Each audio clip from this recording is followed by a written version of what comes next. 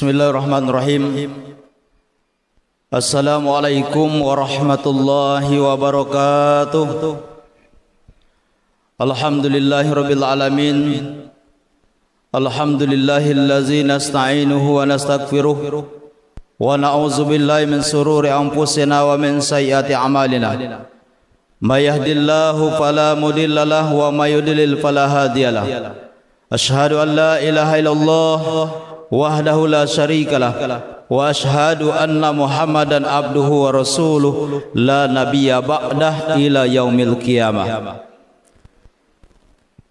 Kaum muslimin dan muslimat, bapak-bapak, ibu-ibu, jemaah salat zuhur yang dirahmati Allah.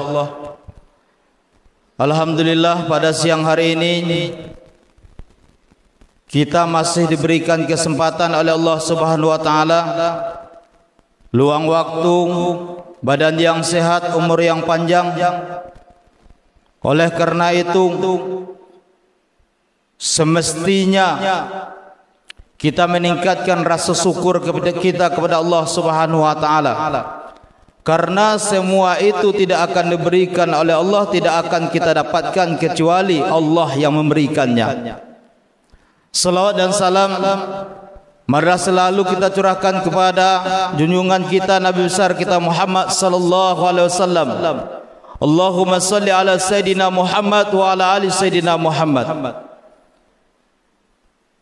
Para jemaah zuhur yang dirahmati Allah, pada kesempatan siang ini saya memberikan judul ataupun kultum, yaitu tentang kalimatut thayyibah. Artinya kalimat yang baik. Kita selaku umat Islam, kita selaku hamba Allah Subhanahu wa taala, sudah semestinya kita menjaga lisan kita, ucapan kita, omongan kita, perkataan kita. Semestinya kita bertutur bahasa dengan bahasa yang baik, dengan kalimat yang baik, dengan bahasa yang tulus, lembut. Kenapa semesti demikian?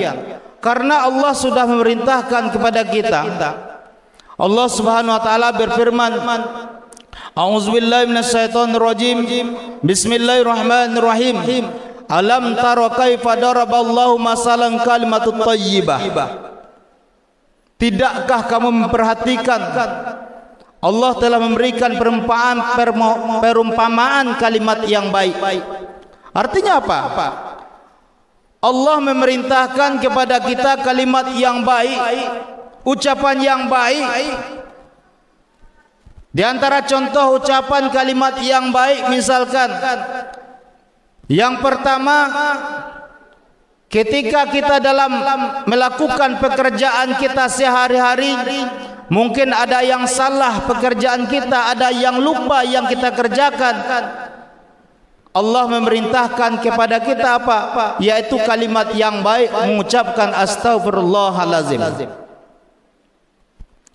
Lupa sesuatu pekerjaan, ucapkan astagfirullahalazim. Segera mohon ampun kepada Allah Subhanahu wa taala. Ini yang pertama. Yang kedua, kalimatut thayyibah ataupun kalimat yang baik.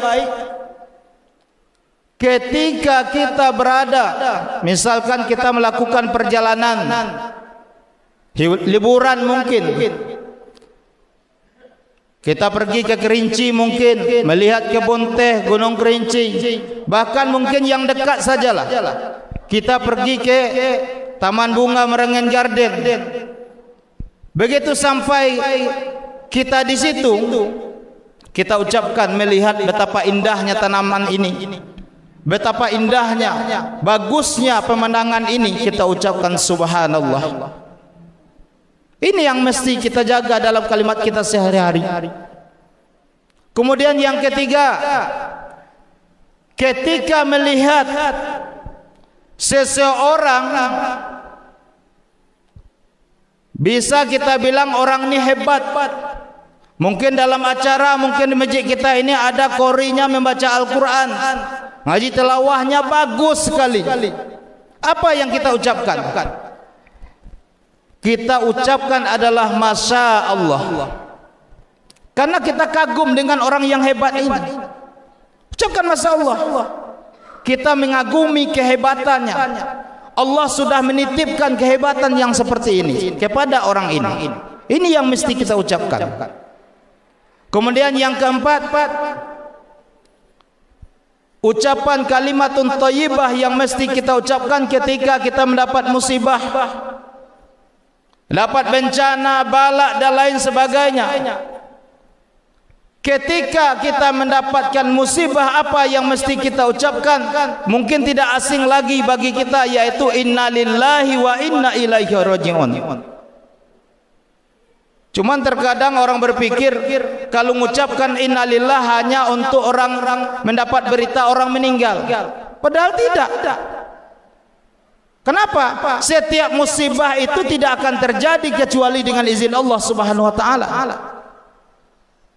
Apalagi yang biasa di masyarakat kita ini, mulai dari pasar atas, pasar bawah ini sampai ke arah Sungai Manau, Perentak situ lampu sering mati, Pak. Saya yakin Bapak itu kadang-kadang sebagian mungkin ada lain yang diucapkan. Mati lampu maghrib, mati lampu pagi siang, langsung nyumpah orang PLN lah. Ini yang sering terjadi. Apa gawe orang PLN ini mati lampu begawe itu? Ini musibah. Orang petugas PLN itu juga tak ada pinginnya lampu mati, tak capek ngurusnya. Tapi kita terkadang tidak bisa menjaga omongan itu. Sumpah serapah segala macam. Bahkan mungkin di dalam pergaulan sehari-hari, banyak di antara kita kadang dia sudah berumur, kadang dia pejabat, orang yang dituakan. Terkadang dia ngomong bercarut segala macam. Ngomongan yang jorok ini sering terjadi di masyarakat kita. Kenapa kita mesti ngomong yang jorok? Kenapa kita mesti ngomong yang kotor?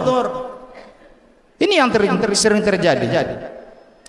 Rasulullah SAW bersabda, "Man kana yu'minu billahi wal yaumil akhir falyakul khairan aw liyasmut."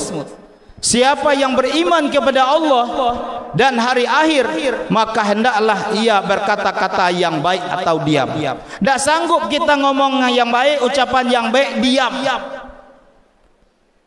Bapak, ibu-ibu jemaah yang dirahmati Allah. Oleh karena itu mari Pak, kita menjaga ucapan kita, kita menjaga omongan kita, bahasa kita, kalimat kita, tutur kita. Biasakan dengan kalimat yang baik.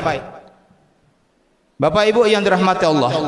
Kemudian yang terakhir, ini saya pesankan, karena kita sekarang ini sudah mendekati pesta demokrasi, Pak.